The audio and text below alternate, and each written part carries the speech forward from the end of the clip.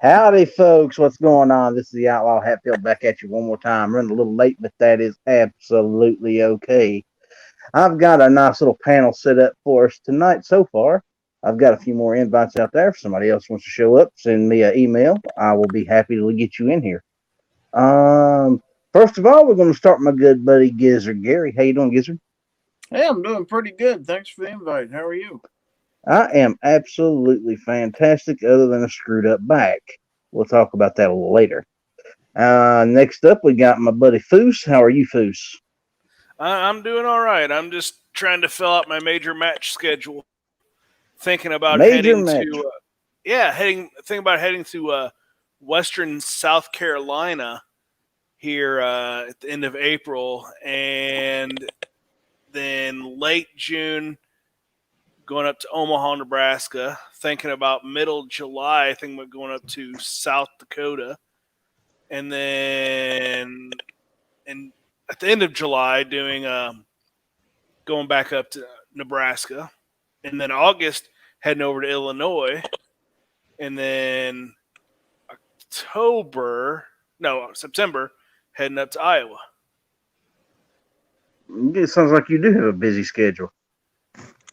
Yeah, Now, now, how much of you wanting to come to South Carolina is going to a match, and how much of it is you just want to go to PSA? it's Western South Carolina. Yeah, yeah. Well, yeah. Hold on. Hold on. I can't remember exactly where at. Hold on. I'll have to look. So, PSA has stores all over South Carolina. So, Okay, it is. Where's it at? It is.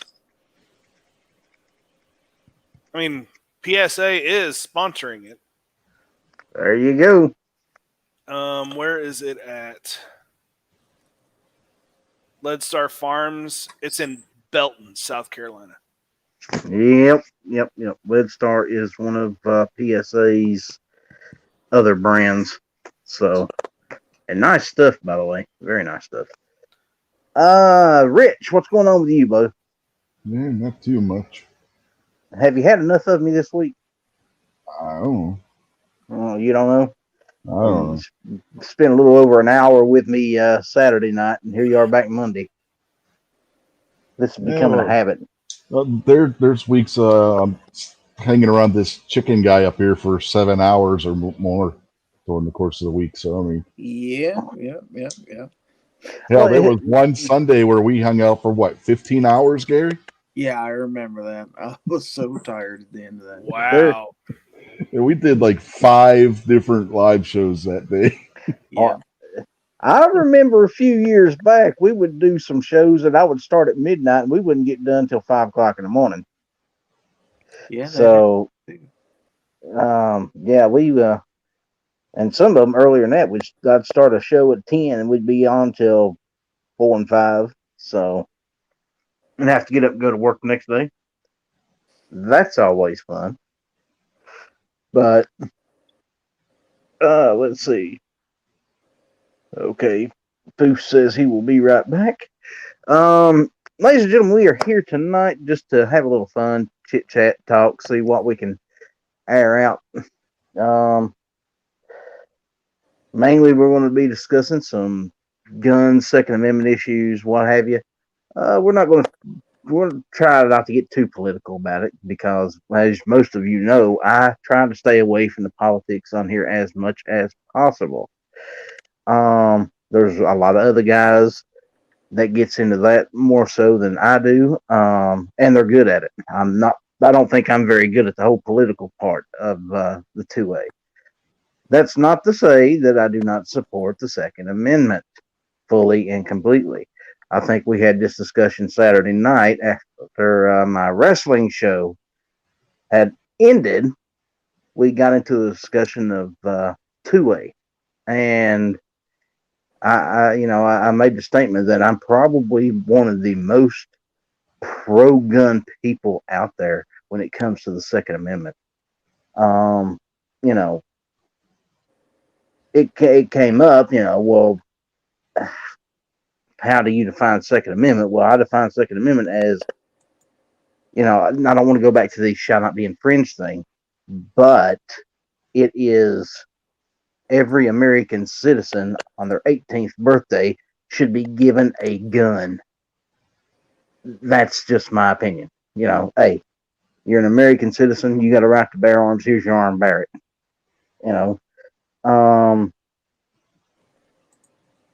I do everything I possibly can and within my power to support the Second Amendment, and I will continue to do so. With that being said, I really don't like to get into the political aspects of it. I have. I'm not afraid to get into it. It's just I don't feel like I'm. I've got the proper etiquette to discuss such things. We'll put it like that. I don't have that kind of a way with words. I'm not as eloquent as maybe a Clover Tack or a Ghost Tactical. I'm a bit more blunt than they are.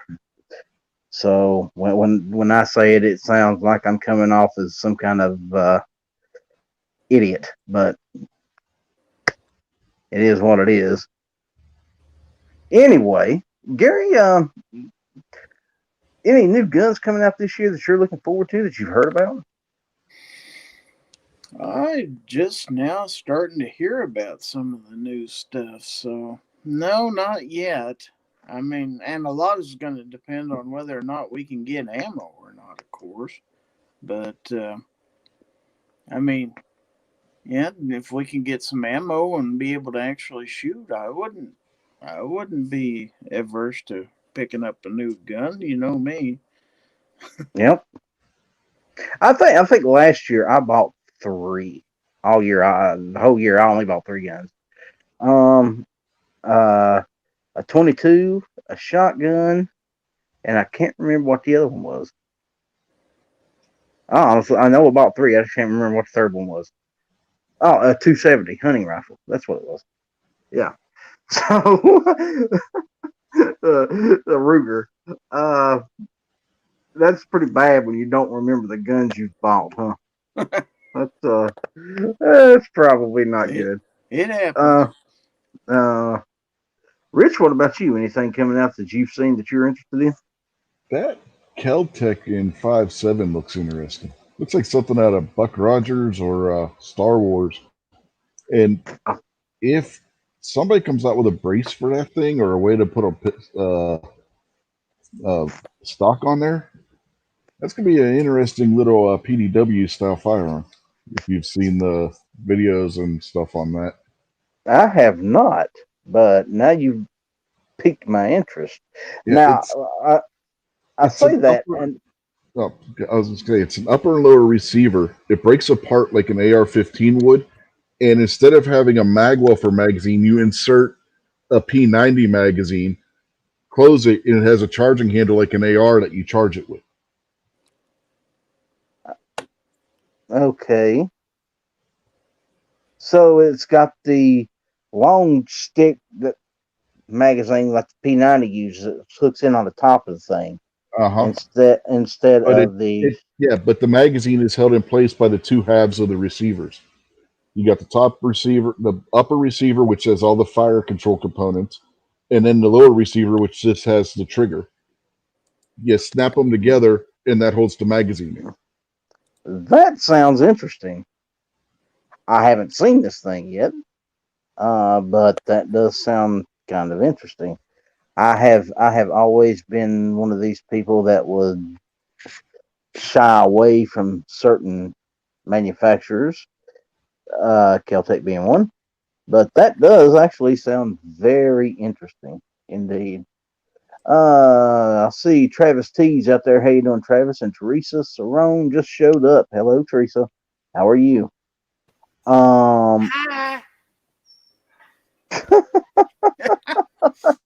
Jackass. Sorry. Oh, Lord. So, Foose, what about you? Is there anything coming out this year that you're interested in firearms wise, other than what we were talking about off air? The only firearm I plan on buying this year is an M1 Grand from CMP. Oh, Already really? put my already put that order back in November. Hopefully, I'll get it in the next month or two. But as far as anything else, nah, I got Yeah. nothing.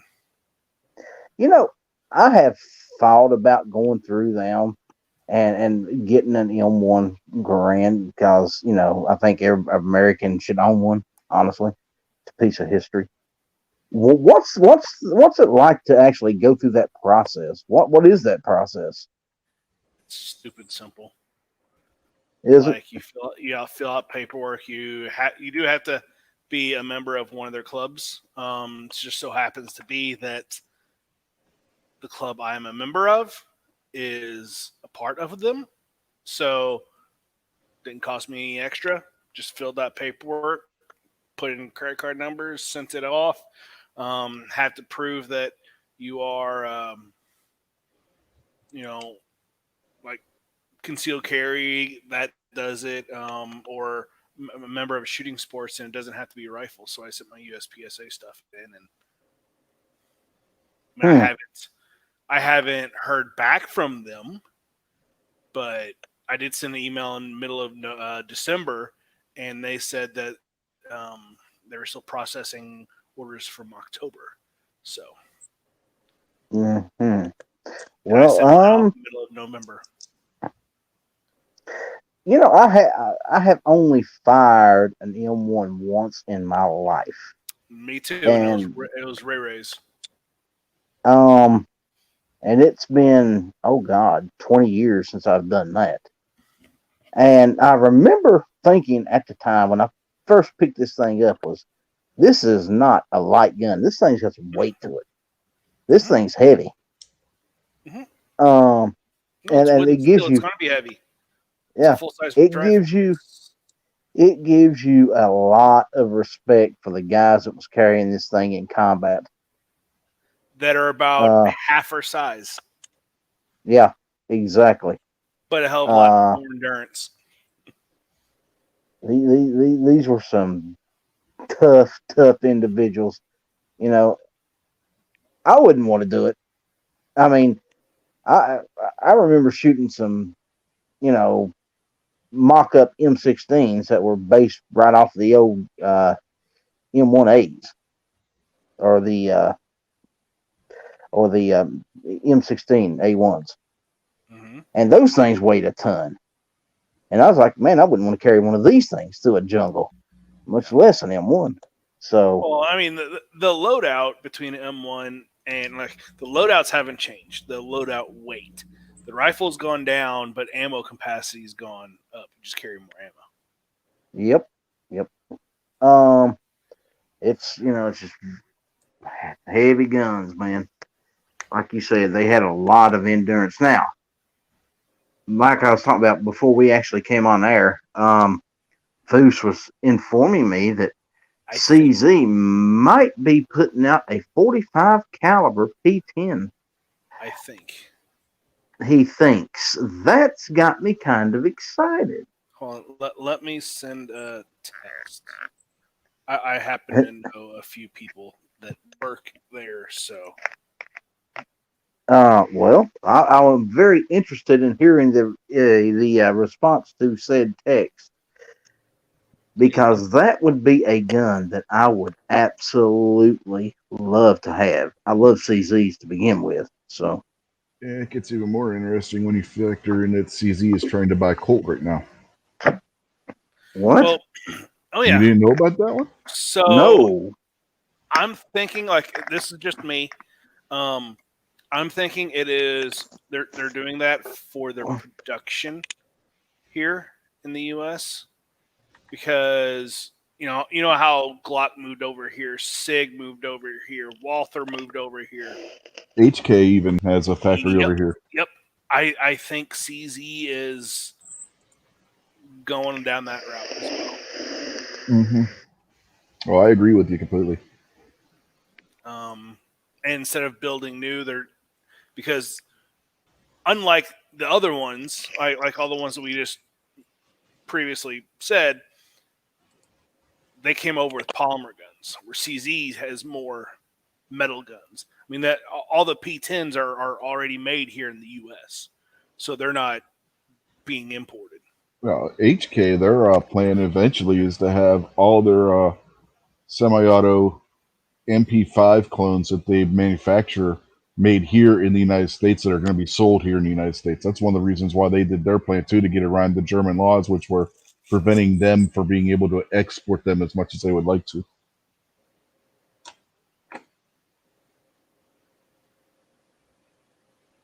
An American-made MP5. Mm-hmm. Actually, an There HK MP5. That will be interesting.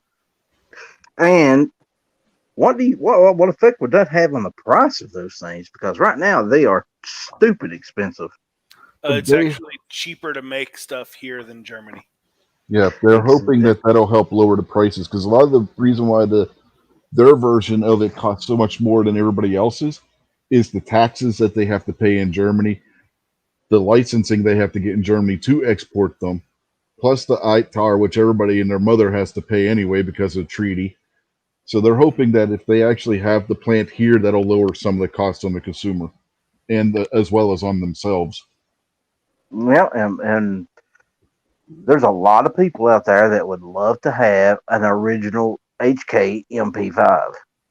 Me included. I wouldn't mind having one, but I'm not willing to pay the price that they're wanting to get for one of them. I start dishing out, $3,000 for a gun. I'm seriously thinking that my priorities are way out of order. Yeah, when I was talking to HK at the Great American Outdoor Show last year, just the subject came up because somebody else was standing next to me and we were talking to him, brought it up, was that it's not outside the realm of possibility. It's not on their menu right now, but it's not outside the realm of possibility to have a civilian version of the MP7 at some point from their Georgia factory as well. See, that would also be kind of cool. I've actually shot one of the MP5s, and I can tell you that is a sweet, sweet gun. And this was one of the full auto MP5s, so that made it even sweeter.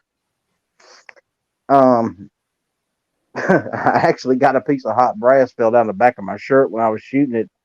Yeah, at the time I was like, you know what? Just let it burn. I don't care. I'm not letting off this gun. That was quite a bit of fun. But I did get a nice little scar right there on the back of my neck from it. Yeah, but I ain't complaining. Another thing they want to do, depending on how their MP5 sales or the SP5 sales do, once they actually can start making them in Georgia, get their assembly and everything all up to snuff, is maybe do an SP10, which is the semi-auto version of the MP10, which is their 10 millimeter variant of the MP5. Let's see. Alaska 556 says, Outlaw, you're going straight up against Night Strike videos, same time, same day. Got to flip back and forth. Well, you know what? Night Strike knows that I do this show at 10 o'clock on Monday nights. So. I mean, you're corking. I could always. That's what family does, right? No, I'm not corking him. He's corking me. So I've had this slot since my YouTube. Yeah, I've had the 10 o'clock Monday night slot since I started this thing. So even after a 1.5, 2 year hiatus, I came right back to the same point in time I left. It's not like I'm going on at, on Tuesday nights at 9. So should I rent a car to drive to South Carolina? Because that's $235. Oh, just because fuel mileage. 19 miles a gallon versus 35 to 40. Oh yeah, just go ahead and rent yourself a Prius. There you go. No, I was looking at I don't know, That's what Gary and Snob did last year compact to go out to SHOT Show. SUV They rented. Wasn't no Prius. or No, it wasn't a maybe Prius, an but you rented a Elantra or car. something like that. Yeah. I wish Yeah. it doesn't say what. That's an extra $230. That's right there. That's fuel down and most of the way back in my truck. So Yeah, but you're not putting the wear on your car. That is true. But I mean, my truck already it's a 2017, and it already has 60, almost 65,000 on it.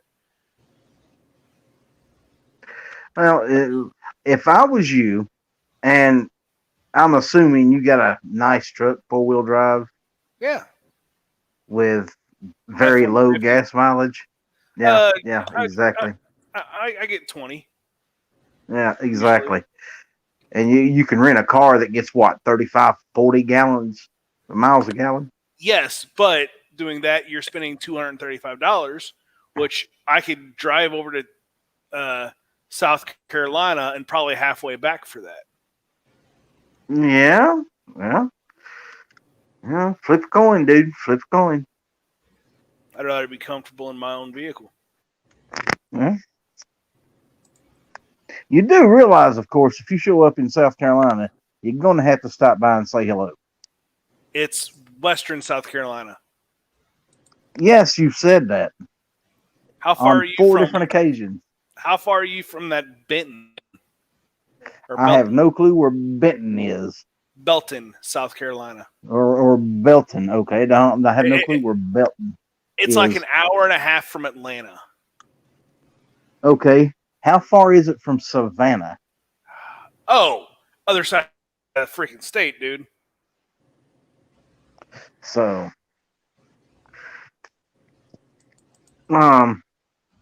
if it's anywhere near Charleston or any of those places, Columbia, It's Savannah, that's about. Georgia.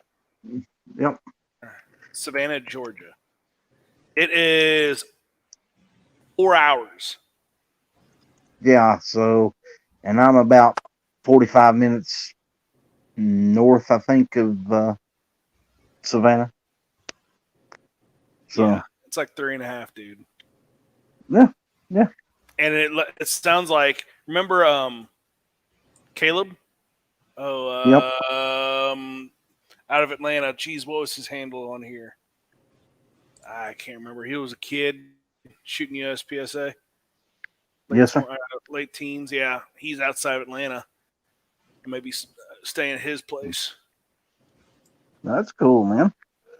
Well, if you make it out here, I hope you do well. In fact, I hope you come in first place. I doubt it. I have faith in With an yourself. attitude like that, you No, not with that attitude. No. No, I'm just saying there's some ballers down there. Go kick their butts, man. All you gotta do Hey, is break out that Shadow 2 and show them how it works. I haven't shot the Shadow 2 in over a year. Well, it's time. It's time to pew pew pew, man. No, Look dude, here. no, I'm shooting Ladies that and Tac Sport Orange. Ladies and gentlemen, we have an absolute celebrity out there in the audience right now. Mr. G Webb's out there, and Mr. Gixer is also out there. Okay, I was scared for a minute. I was going to say, oh no, don't say that. You're going to give Bob a big head. Midnight Range is out there. Kingpin was here, and he has left us. Apparently, he has Bob something else already going had on. a big head. And Biker Bob, Squib's out there. How you doing, Squib? Squib, wasn't you asking about Biker Bob the other night? Well, there he is. So there we have a house full, ladies and gentlemen, a proverbial house full of celebrities. Mr. Biker Bob, for those of you who don't know, is old hand here on the Outlaw Hatfield Show. We've got some very interesting Bob stories. We're not going to get into it tonight, but I can tell you some of them are quite interesting. Go back and listen to some of my longer shows from about 3 or 4 years ago. You'll see what I mean. You get him and Gunpowder Beauty in the same room at the same time, interesting things can happen. Um, anyway, so other than that M1 Foos, what else did you come across that you think you may end up wanting to purchase this year or so? If anything, it'd be something for the girlfriend. Oh, really? Hmm. Yeah. And what is she after? Oh well, right now she has a couple guns. Well, one is hers, the other one's mine. I got her a little 22 Ruger Wrangler, Mm-hmm. and then she has an M&P Smith and Wesson M&P of mine that she's practicing with. But Okay. and then she shoots. I want to get her into steel competition this spring, and she shoots. She's going to end up shooting the 22 version of that. But so she could dry fire and stuff. She has a full size that she's dry firing. That's cool, man. That's cool. Um, over the last year or so, there has been a gun that has came out that I have seen more and more, not only women but men buying. And that's that Smith and Wesson EZ shield. So Man, I people saw are one of those. loving this thing. I saw one of those ripped apart. It's an internal hammer. Um, Mm-hmm. the reason that they could get away with a lighter recoil spring is they have a really tough hammer, and are really the hammer spring's really heavy. So basically, as that slide starts to open, you're not just unlocking the gun and then using the recoil spring to keep it closed, but you're also having to cam over that hammer. So that's why they're able to do that and have it so easy and that spring to be so light. Because as soon as you cam over that hammer, move the slide, a millimeter or two, that hammer's cammed over and locked back down, and then your slide is really easy to move. That's how they're able to do that. So it's internal hammer fired gun. Yep, I have one of those things. That is a sweet little pistol. It's you know what? I think that Smith and Wesson knocked it out of the ballpark with those guns.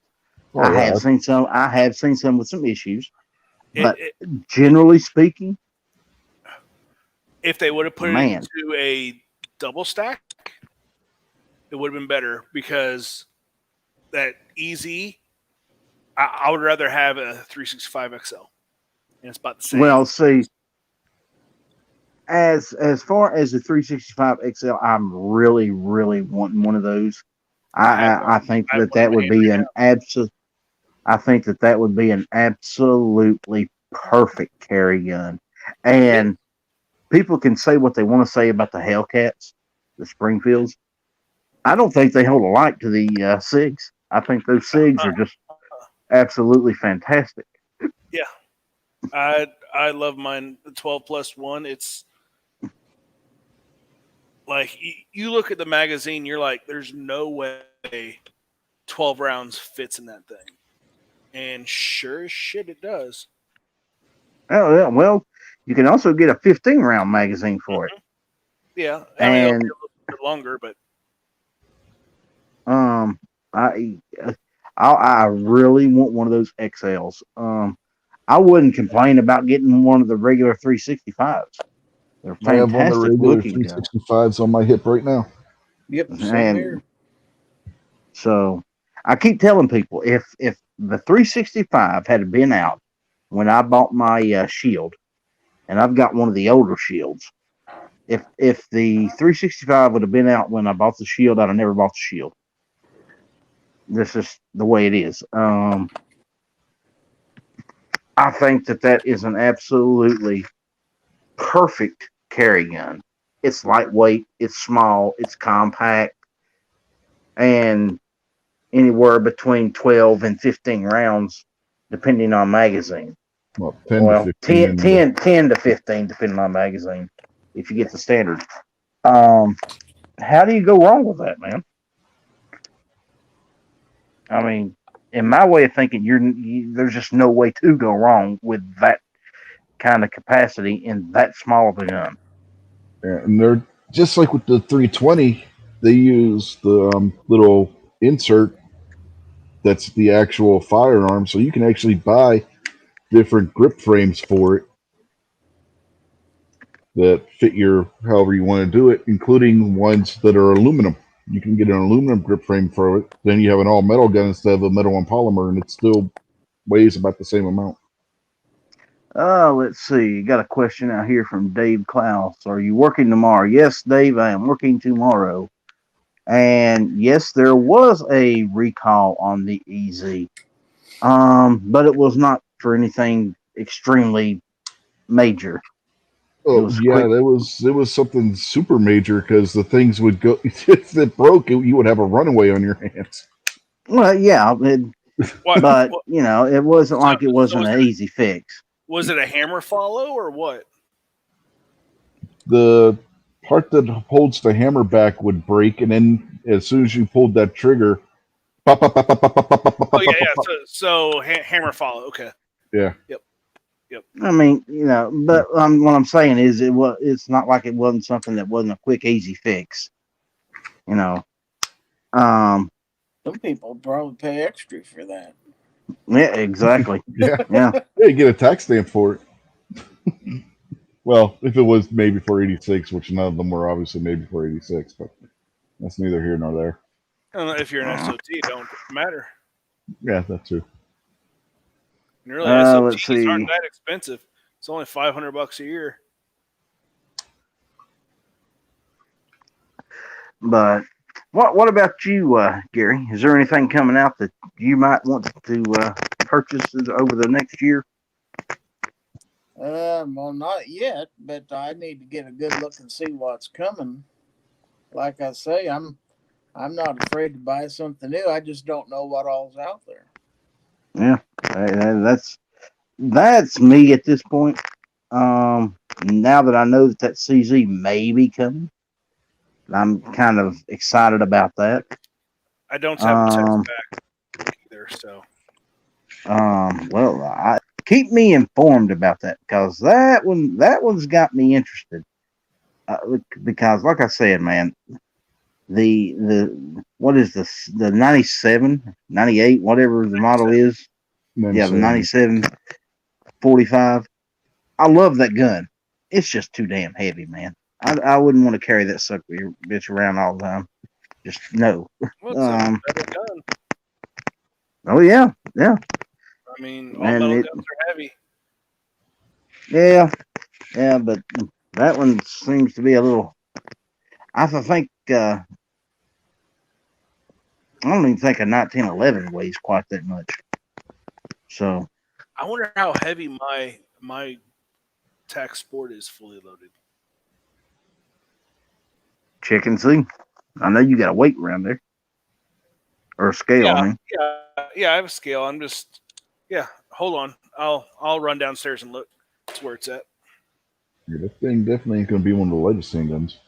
Well, oh especially no, with 20 rounds of 40 in No. it. I'd love to but get one of those. I don't know.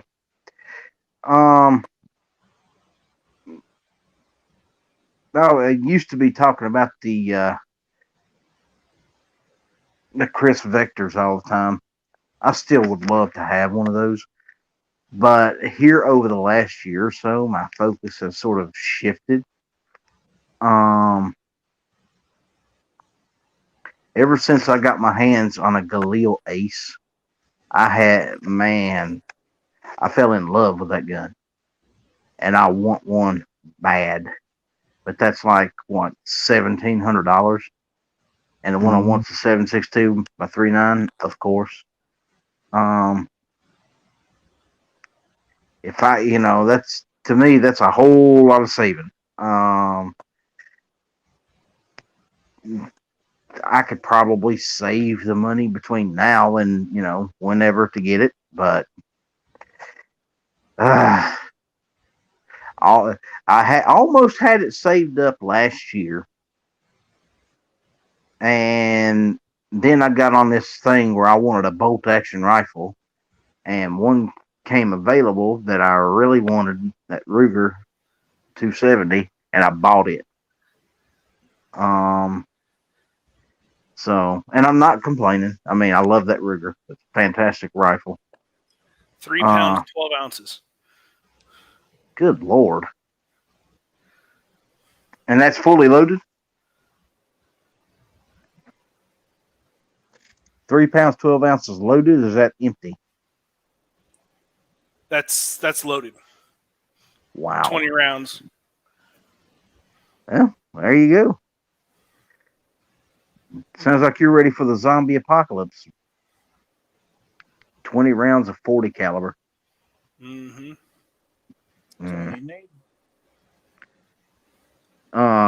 I think I'd be finding the lightest ammo I could find. 180 grain. Yeah, that's not light, Bubba. That ain't light. Well, what about 135 grain? Nah, I run 180s in competition.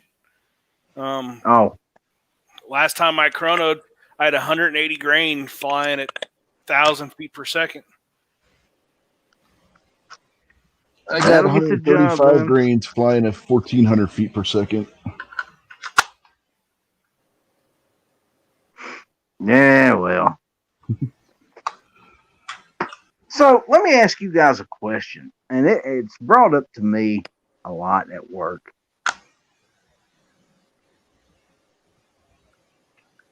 Right now, during this ammo shortage, everybody's looking for defensive ammo. It's hard to come by. And, I tell people all the time, look, I've got target ammo. I can sell you that. I don't have the defensive stuff at the moment. And they're like, well, I need defensive rounds. And why is it people have this blockage in their head that they think that they cannot use full metal jackets to defend their lives? Because of you need defensive rounds versus, they're called plinking rounds. They think that they're not as potent of a cartridge, which a lot of times plinking rounds are 115 grain versus 124, or maybe a little bit slower, or this this or that, but you're still gonna punch a damn hole in a person. Yeah, exactly. A bullet doesn't kill someone; it makes them bleed to death, unless you hit central nervous system, or the lights off areas. But you make them bleed to death. That's what a bullet does. And exactly. Defensive rounds will make them bleed to death faster. But you know what? You're still gonna punch a hole in a person. You're still gonna bleed out.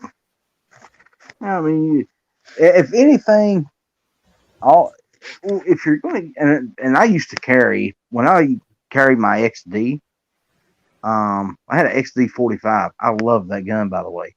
People can say what they want to about Springfields, but that was a fantastic gun. I would carry full metal jackets, and the reason for that was simple. It was cheaper. That's all the gun ran. Well, no, it would run. It would run hollow points just fine, sir. But I didn't have a problem with running a full metal jacket. The chances of a bullet actually over penetrating and hitting a bystander is, there is a chance. Let's put it like that. There is a chance.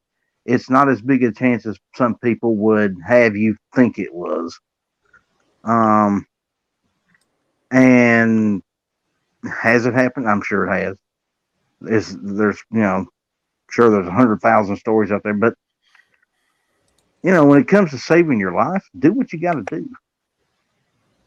You know, a full metal jacket's going to do the job just as good as a hollow point.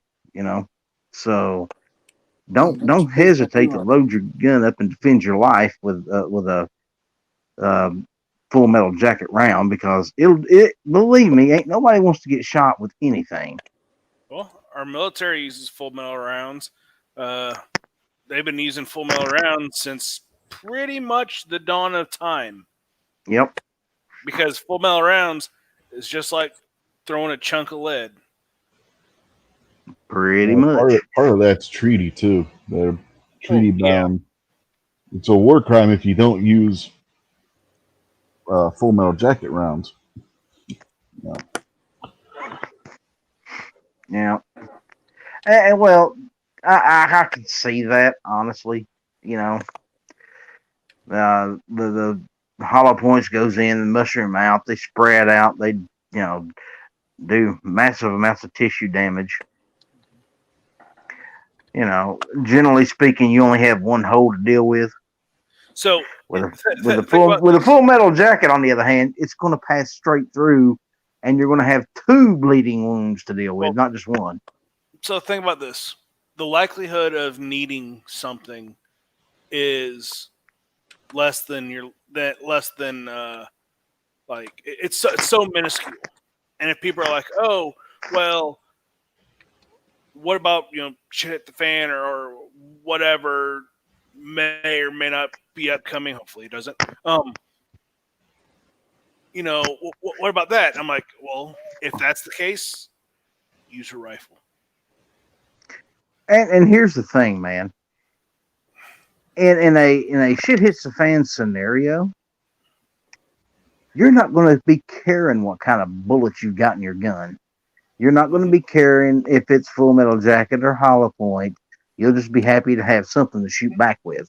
Yeah, because in shit hit the fan, you're going to have to get out of your first couple weeks, and all your defensive ammo is going to be spent then. So you are going to have nothing but ball Yep. from then on. And that's the great thing about ball. Everybody's got it. Everybody's got And target it's ammo. easy to make. Yep.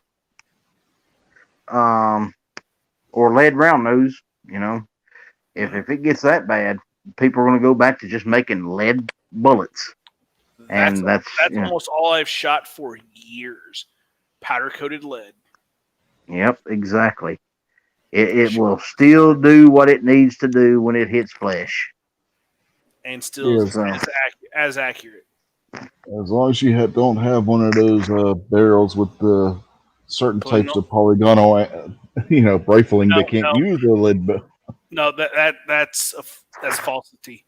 I know so many people who shoot Glocks, and they just that's No, false.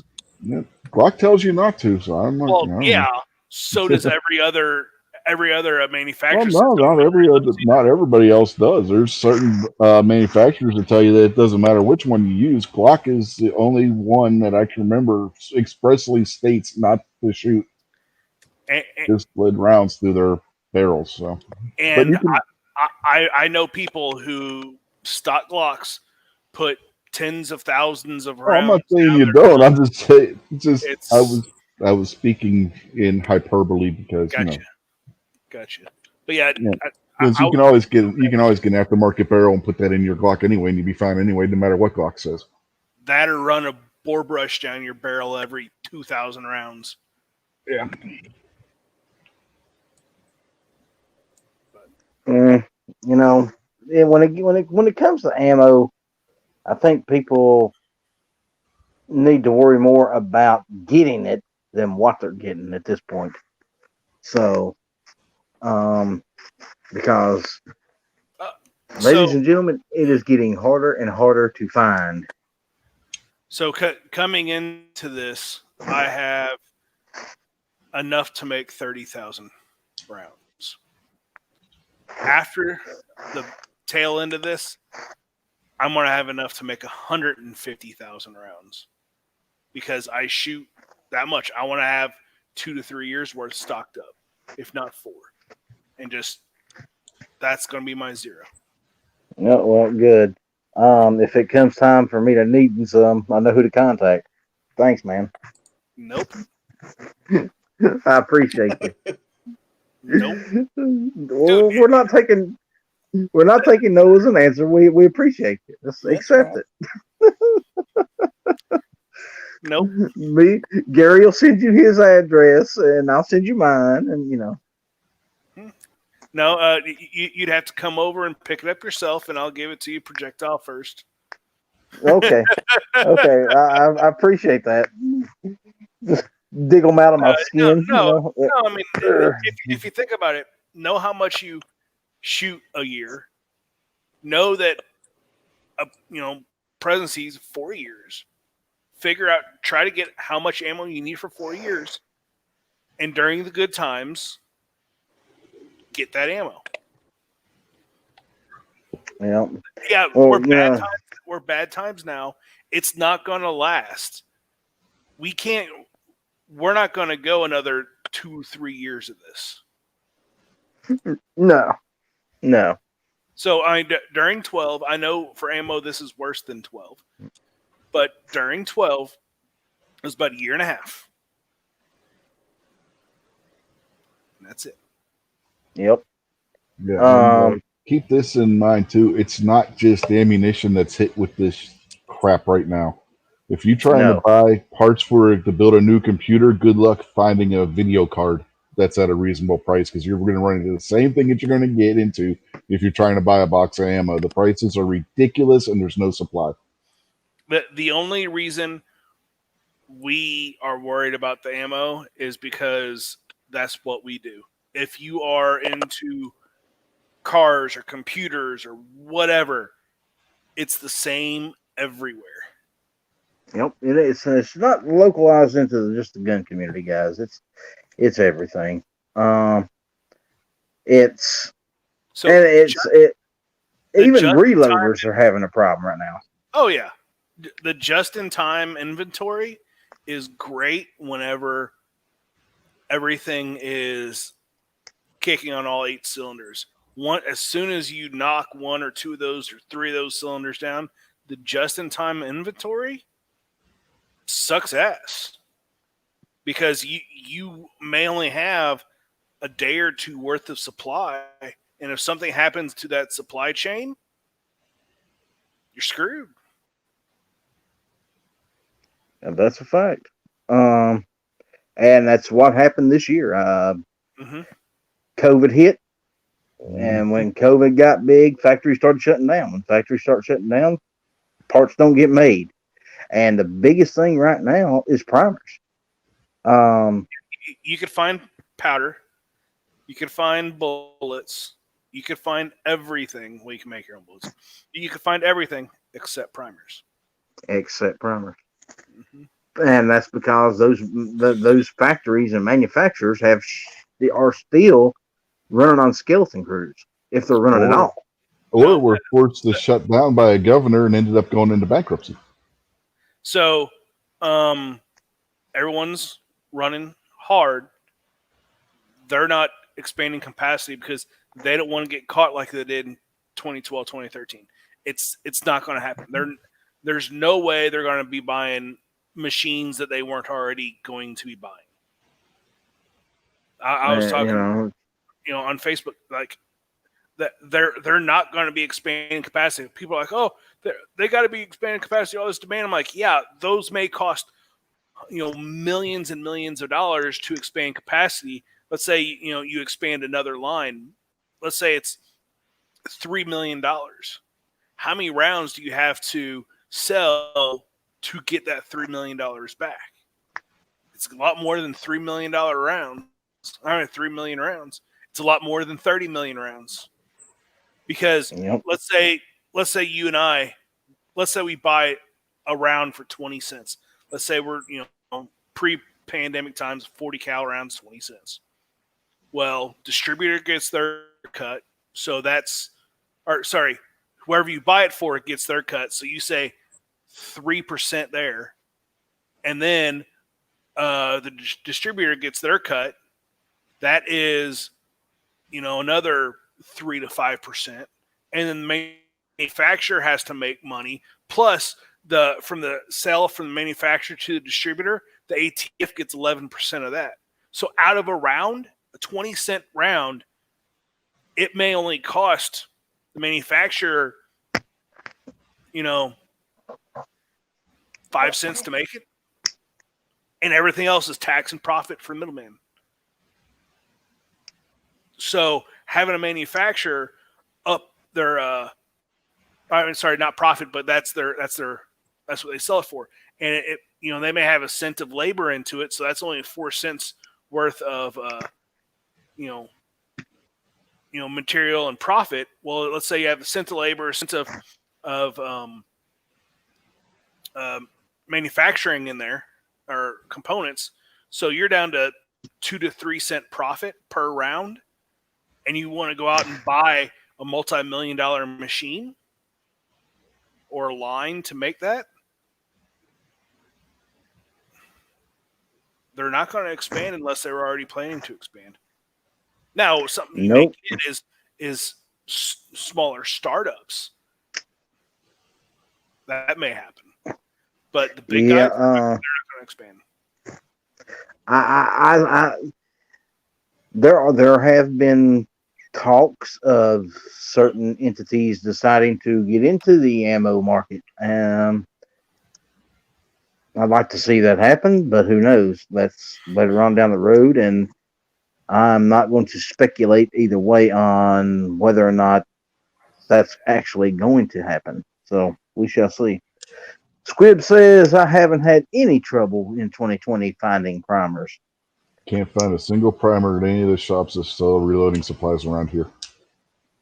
So we do have some shops up here in Kansas City that if you go to at the right time, they'll have ammo and shields. You hear Travis talk about it a lot. Shields is good. Unfortunately, the closest one's 45 minutes away. I'm not going to head over there and do anything, and buy, because I have enough to shoot this year. I have enough to shoot as much as I want this year. So let me ask you, going forward, and this is for all of you, anyone that wants to answer can answer. Going forward after 2020, the election's over, what's done is done. Where do you see gun sales going in the next year and a half? We'll start with Gary.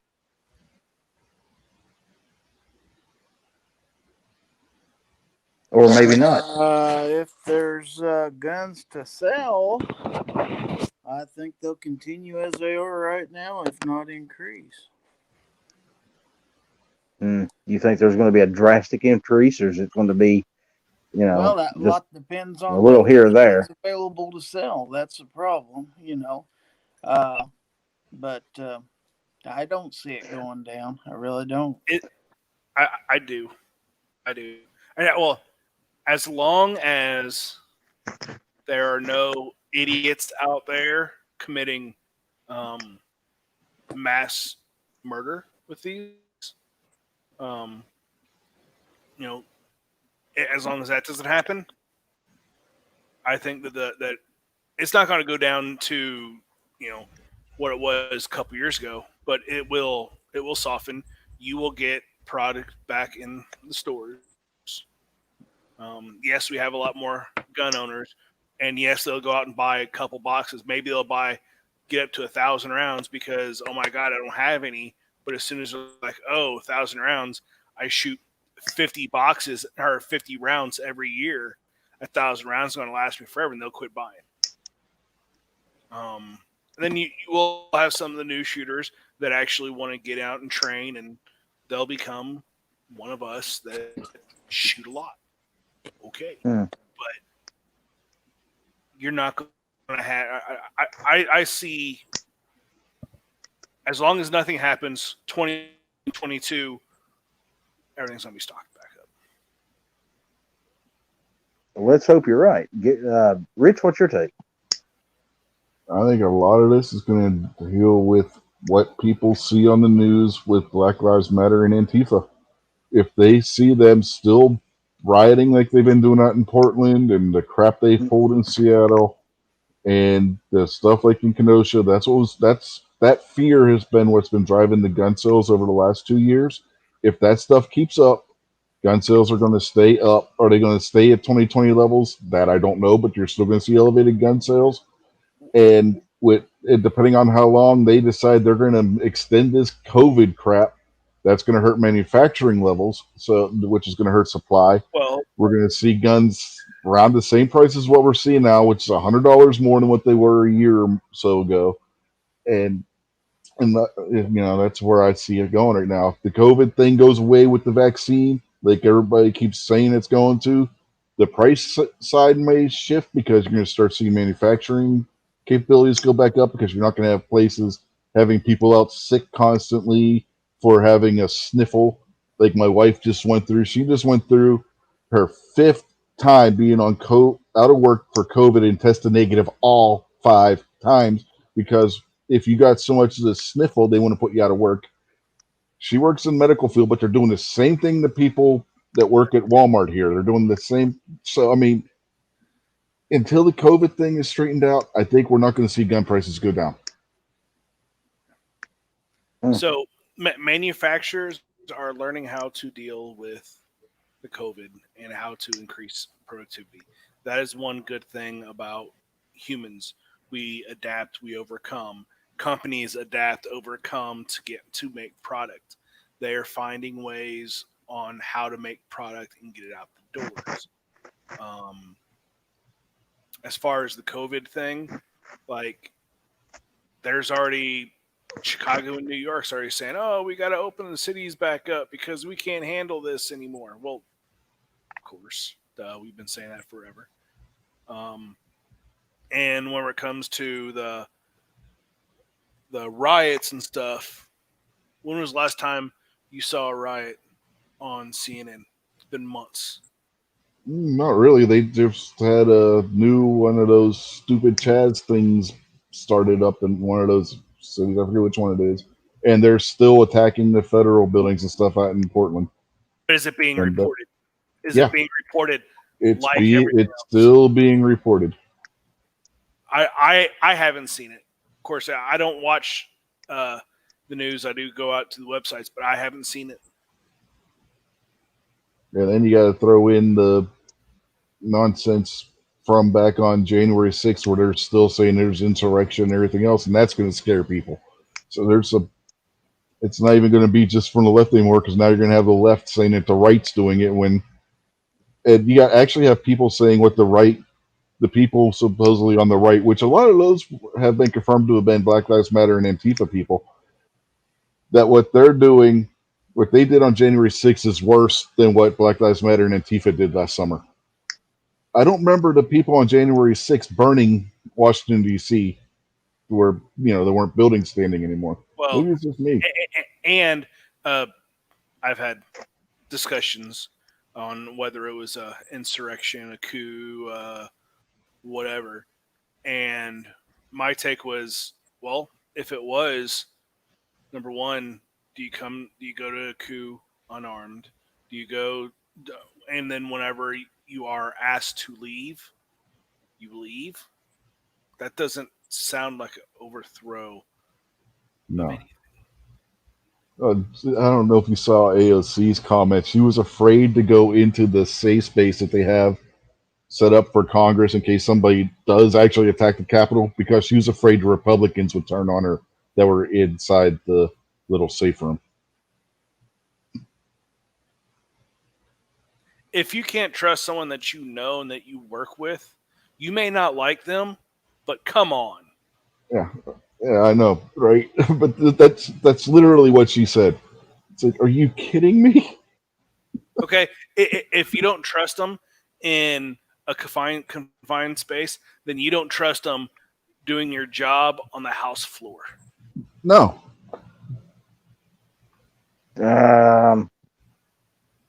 It to me, comparing what happened in Washington to what has happened over the last year in other places is comparing apples and oranges. They're two completely different things. Um, does that mean one's any better than the other? No, no. Both was wrong. Neither one should have happened. People got to use a little common sense. You do not break in to the Capitol building. That's kind of stupid. You don't break Uh, into any building. well, yeah, exactly. But Yes, the Capitol building is quote unquote public property, but still, you don't break into any building, period, whether well, it's public yeah, property or not. exactly, exactly. And two rights don't make a wrong, folks. Yeah. No, I'm not defending anybody here. oh no, I'm not Uh, either. I mean, it's just crazy though when you hear the left, the politicians on the left, actually saying that what Black Lives Matter and Antifa did wasn't as bad when Antifa and Black Lives Matter were burning down, literally burning down cities. Yeah, mm, because they have insurance. Well, guess what? The federal buildings, they're like, oh, because the federal buildings aren't insured. Yeah, they are. They're insured Yeah, by they you are. and me. Mm-hmm. yeah, Who's going yeah, to have to pay for that? You and me. yeah. Your taxes, ladies and gentlemen, your taxes. Uh-huh. Those things that you gripe about having to pay. Well, when you do things like destroy buildings, especially uh, Capitol buildings, government buildings, your taxes has to be raised to pay for that. So congratulations, all you really did in the end was make yourself look like an idiot and raised our taxes. You succeeded in doing absolutely nothing other than those two things. Or instead of using the taxes, maybe our taxes weren't raised, but instead of having that tax money to help someone or repair a road or what have you, Feed a kid for a month in school. yeah, it's going No. to, yeah, it's right there. It's you're doing that. You're Yeah, taking money and away from that. never I mind, I, there were I don't agents in there protecting everyone. I don't Was I there don't get it. was there even a shot fired during that whole thing in Washington? Yeah. Yes. Okay, A Capitol cop shot a woman in the neck and killed Yep. her, Hmm. well, and okay. she was unarmed. I didn't hear about that, but Yeah, she's a veteran. Yeah, she was, and it Or she happened came back. inside the building. It happened in the Capitol building. What wasn't it right outside the Senator House? Not chambers, but um, I thought it was in the Senator rotunda. House. Yeah, the rotunda. I feel like it was in the rotunda where that happened. Yeah. jeez, Jesus, man. Ah, we need to just grow up. Just grow up. You see how people on the left has acted over the last year. You've seen them, as Rich said, burning down buildings. You've seen them flipping cars, blocking roads. You've seen them do all this stuff. We don't have to act like that, people. We do not have to act like that. That's stupidity. You know, there, there, there is a right way to protest and a wrong way to protest, and destroying shit is just the wrong way to do it. It puts out the So wrong message. so I have some acquaintances that are whenever I knew them and interacted with them daily, they were very middle of the road, a little bit on the right, but mostly middle of the road. Whenever I said, there's a right and a wrong way to protest, he's like, so you're telling someone that there's a way to protest? I was like, absolutely. He's like, why? Where are you to say how it is, how the right way to protest, wrong way to protest? It's like, Well, destroying stuff. yeah, it's right there in the Constitution where it says peaceably assemble. Yeah, But exactly. then I said something like that, and he's like, "What's your definition of peace?" I was like, Well, it ain't burning cop cars. You know. "That, sorry, police and stuff like that. That comes from local taxes. So if you go out, I'm here in Kansas City. If there's a riot or something downtown, it burns whatever downtown. It's coming out of my taxes as well as everyone else around here." Hmm.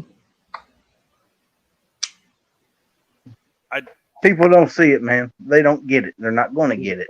And the worst part is they're burning their own neighborhoods. They're putting their own people out of business, mhm. and they don't care. Because they have insurance, or it's not them.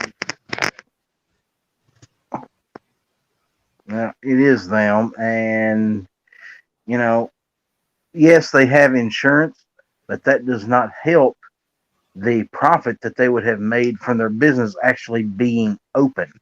Yeah. Did Well, you see? not only that, the insurance, some insurance doesn't include riots. Some insurance, Yeah.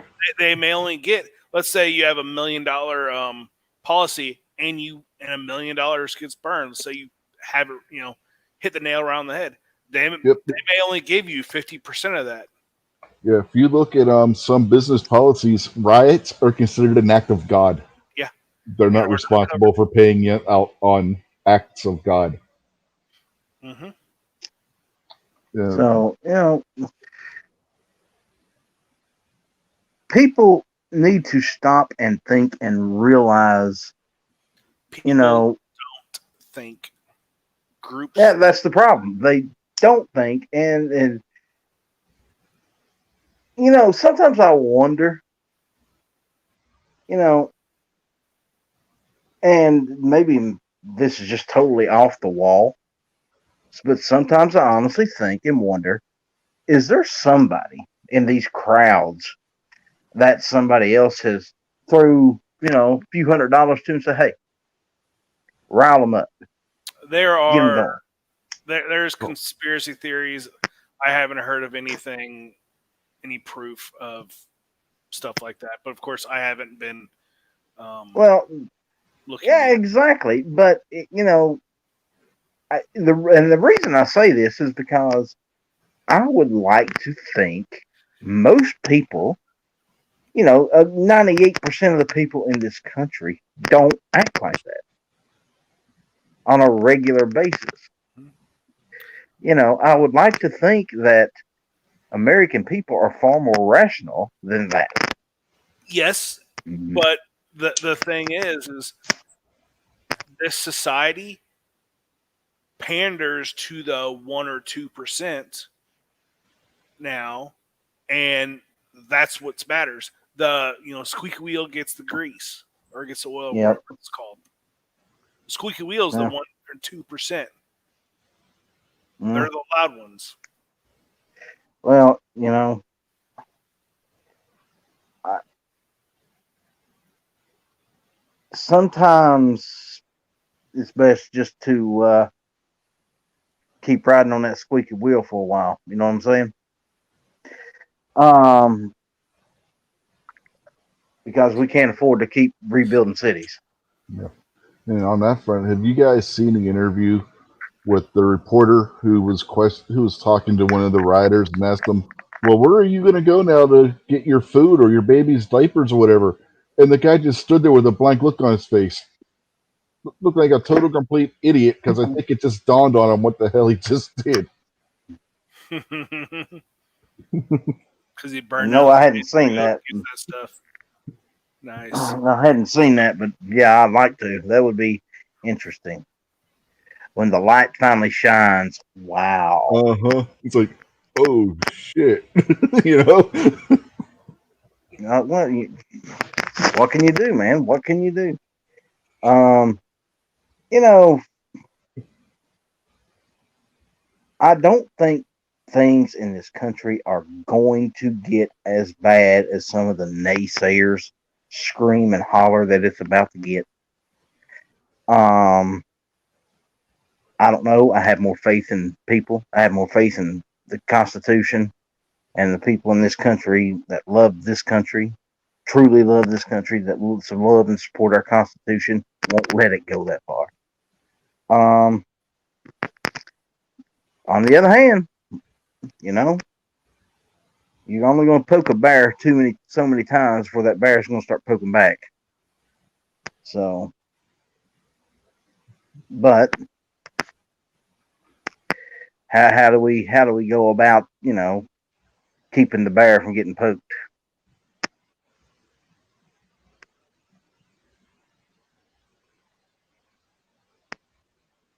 That's the question. We need to figure out a way to you know find a common ground and say, okay, look, you might not agree with some of the things that we think. You might not agree with the fact that we own guns. You might not agree with the fact that you know So something I've done as of recently, and talk about don't talk about how you do something. What is the purpose? What end goal are you trying to do? And or what utopia are you wanting to do? And a lot of people will say to everyone to be left alone, everyone to be equal, everyone, uh, and laws and have the opportunities and stuff like that. Everyone to be equal and live how they want to live without being messed with. That's what we want. That's what they want. It's how you get there. If you start to talk to people about your similarities and realize that you are um, you are you have more in 95, common than you have 98%, difference. absolutely. You come to that, and then you start to realize, they start to realize that you're the same, and then you have respect for each other, and then you can start talking about differences. If all you do is talk about differences, all you see is differences. Exactly. That's a good point, and I agree with that. The problem is getting somebody to the point where they're willing to have the discussion. And Most people aren't you'll willing to get have the discussion. I've had opportunities, and I've had breakthroughs where you can. It's possible. Oh, it is possible. I've done it myself. Well, I'm sure we've all done it. We've all run across some people that we've gotten to talking to, and you start off, and you're on different edges of the same building, but eventually you work your way to the middle, and you come to find out that, hey, we got some common ground. Let's start there and build from there. Hmm. You don't mess with my stuff. I don't mess with your stuff. We get along just fine. Yeah. Um, I think the biggest problem is when we have groups of people who think that everybody should think exactly like they do, No. and everybody should believe the exact same way and the exact same thing that they do. And if you do not, you are Yep. wrong. And you can't go through life like that. That's not how life works. A man and a woman can be married for 30 years and they will still think differently. They will still have different thoughts, different ideas.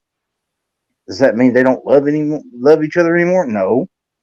That just means that, hey, we disagree on this aspect of this thing. Um, you know, and what does a guy in Portland, Oregon have in common with a guy in Hong Kong, Japan? Who knows until they get talking. Hmm. They both like Godzilla movies. You know, they both like sushi. Uh, they both wear the same kind of shoes. That they both might love hamburgers. They both Yeah, might love bison. You know, they may have the same glasses. their moms may share the same first name. It's so much more than all this Yeah, stuff. and I think that's the side that the right needs to get on more. You know, and the left, I'm not leaving the left out. But both sides need to come together on what we agree on and back off of what we disagree on. Yeah, but both sides are at fault. Oh yeah, I agree. That's what I just said. Um, but when we bring it back to the Second Amendment and we start talking about pro gun and then face it, guys, most gun people, we don't want to argue with you about guns. We don't want to argue with you about the Second Amendment. You've heard it all before. We're not going to throw any kind of new information that you haven't heard before. You know, we have a right to keep and bear arms. That's guaranteed in the Constitution of the United States. What more needs to be said about that? It's there. Well, it's not a right. It's a right protected by the Constitution. It's a right for everyone to defend themselves how they feel, how they see fit. Exactly. It's not a God-given right. It's a right that each individual has because they exist. That is one thing that the right that pisses me off more than anything. Right? It's like, oh, it's a God-given right. No, it's a right because you exist.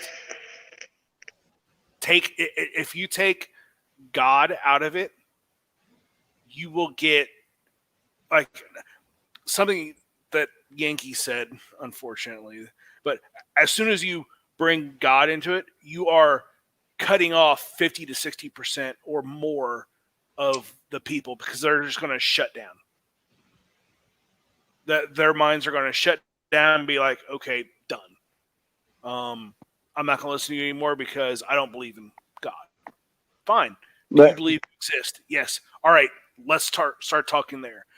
You have a guaranteed right to defend yourself however you feel. If you feel it's that the way to defend your right is with a stick, have a stick. If it's with a knife, have a knife. If it's with a firearm, have a firearm. It's not up to me to decide what anyone can defend their lives with. Just like they can't tell me what I can defend my life with. No. Squib, it is a God-given right, you heathen. That's fine. If you believe that, perfectly fine. But when you talk to someone who may not believe in God, or when you talk about any right, it's a right because you exist. You have the freedom of speech because you exist. You have the right to bear arms because you exist. And here's the thing, man. That right, because you exist, as he says, doesn't end with the color of your skin, your race, your religion. It doesn't end with where you were born. Correct. It doesn't end with your lineage, your creed. Mm-hmm. It's something that is for every man, woman, and child walking in the United States right now.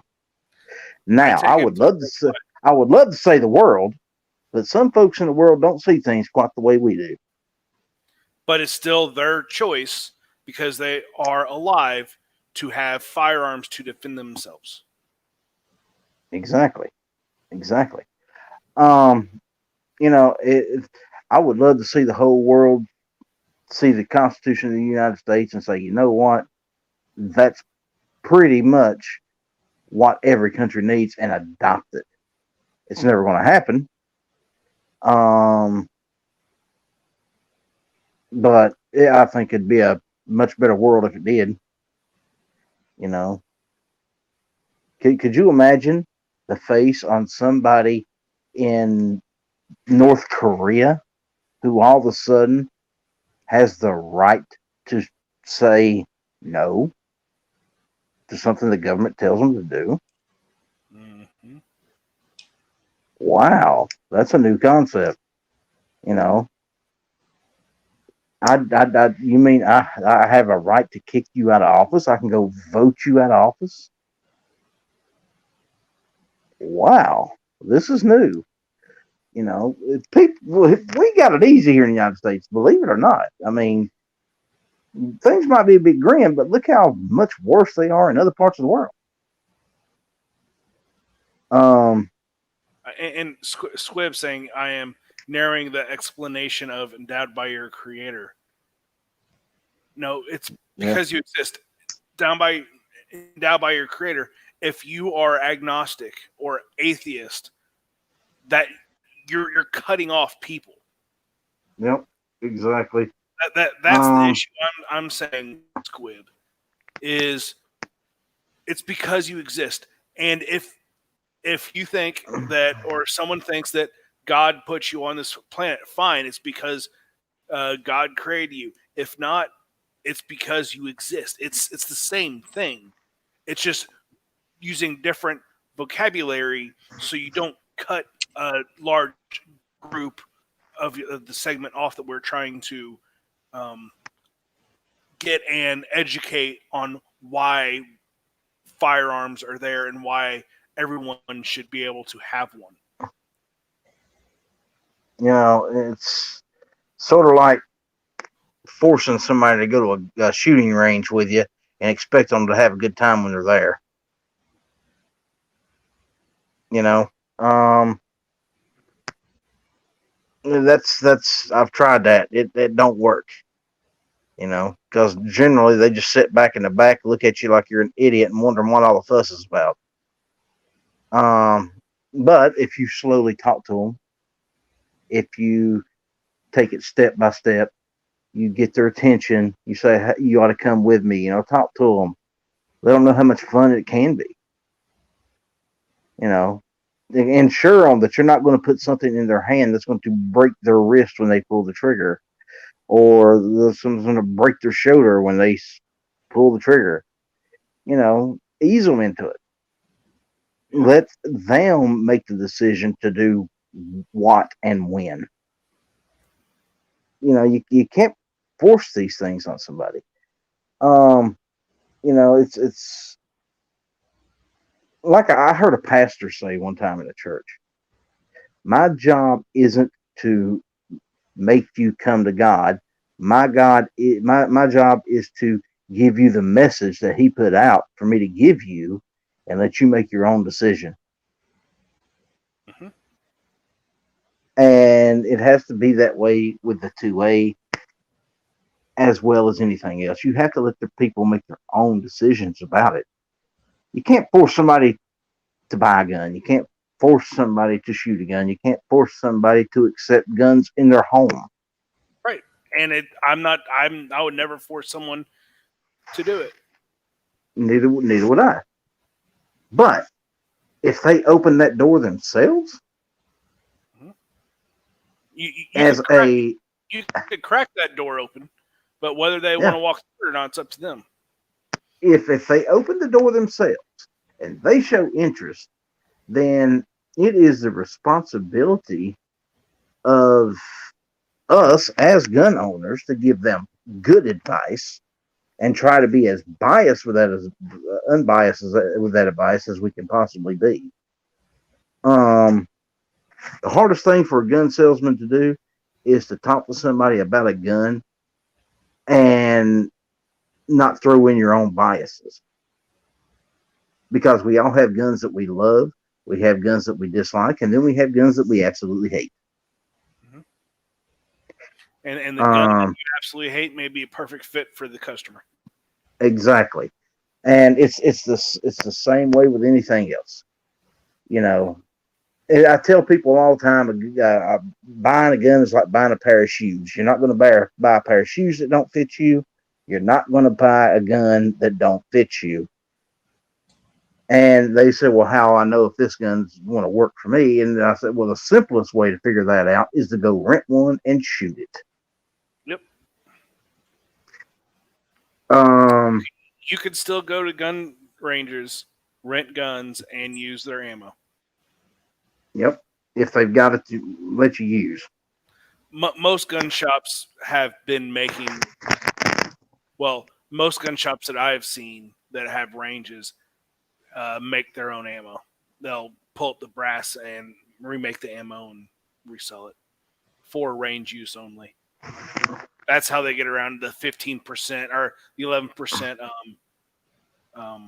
tax to the. That's actually not a bad idea. In fact, that's a very good idea. I'm not saying it around here, but that is a good idea. What they have factory owned or range only ammo. Yeah. Oh yeah, Yeah. there's a bunch of them down, you know, southern part of Missouri and everywhere around here. It's like if you rent our guns, that's fine, but you have to shoot our ammo through those firearms. You can't bring anything from outside, so they know what loads are going through their guns, Mm-hmm. and they make their own ammo. That seems to make sense on a lot of levels too. That's not a bad idea. Now, ladies and gentlemen, we have been going for about an hour and 26 minutes now, so I think we're going to call this one done. I think it's been a great conversation. I hope we've put out some helpful and insightful information um, with some of our own opinions in there as well.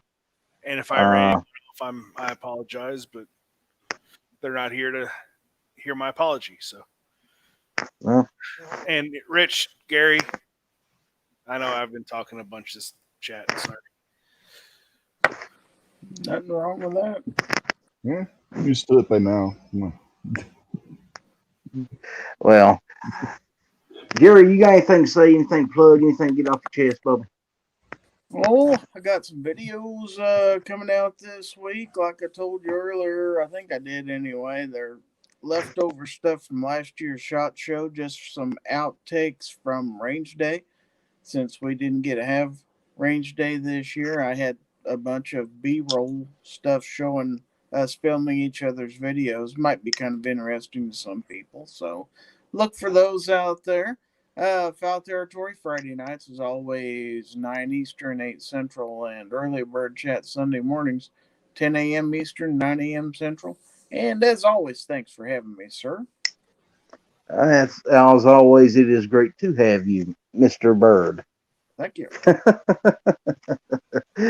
Rich, what you got for me, Bubba?